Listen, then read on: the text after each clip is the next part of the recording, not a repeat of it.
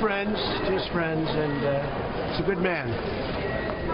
Doing well. Long time. We've been friends for a long time. Life. All right, I always wondered how that meeting came to be, and I thought, well, Kanye West must have wanted to meet with the president-elect. It turns out that Donald Trump made the overtures to Kanye West. Trump thinks he's a great role model. It's coming from their campaign when it comes to business. I have no idea why that would be the case, but you know, he did, and they met. And now he's meeting with Bill Gates, the world's richest man, in this who's who parade in that lobby. Amazing stuff.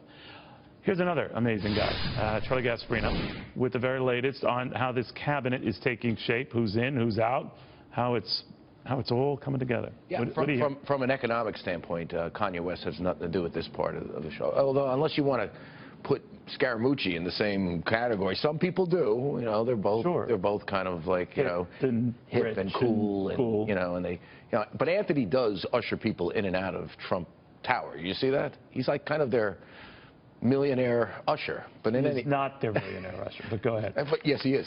He is. He ushered people. Okay, well, it's two potential Wall Street cabinet posts that we hear of right now. Wayne Berman of Blackstone, very competent man. He's the head of government affairs there. He's been a fixture in lobbying and on Wall Street for many years. The head of government affairs at Blackstone. All these Wall Street guys. This guy is good. No doubt. Okay, Wayne, if there's anybody that's competent, it's Wayne. Wait a minute. What are you saying about the other three Goldman Sachs? Well, we'll get into that later. Oh, okay. Wayne is being considered for what I understand, a top economic policy cabinet position in the new administration.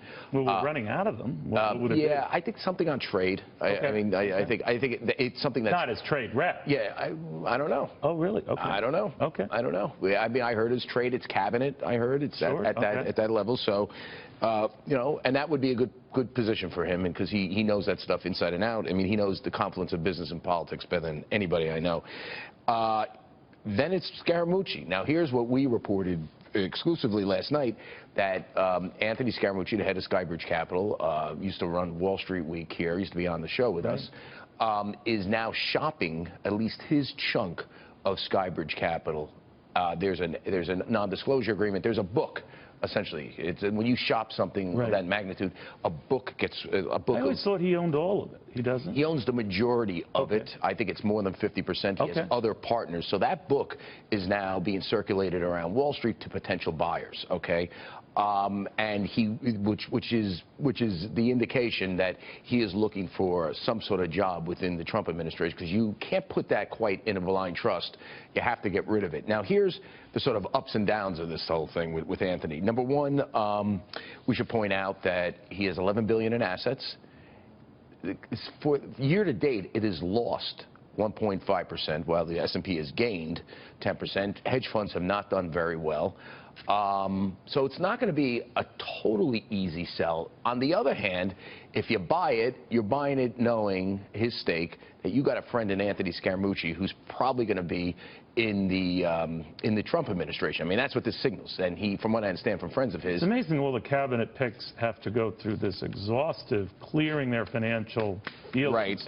With Donald Trump himself does not and is not. Yeah, that will be really interesting. We'll see. I wonder if Anthony is.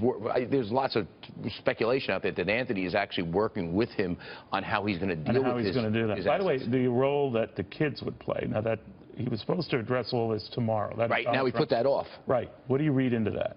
Well, they're back to square one, and that makes sense because Scaramucci would be involved in one of the people involved in this and helping him work this out. Because it's such a Trump's is such a far-flung empire. You just can't put all that in blind trust. Yeah, I mean, it's just really interesting. None of this. I mean, like. Well, Ivanka is moving to Washington with her husband, right? Right. So they would not have a company role, right? I don't know how others would, right? I just listen. If you really want to take this serious, I don't know how you separate it out. Like Scaramucci has to separate out.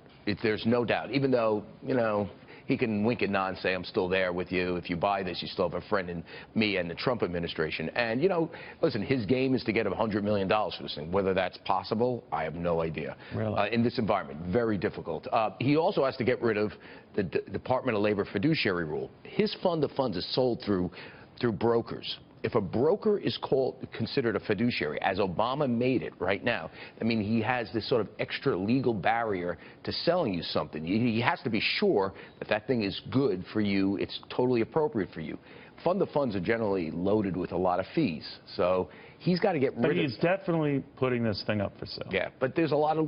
Listen, my view is it's going to be a difficult sell. Yeah.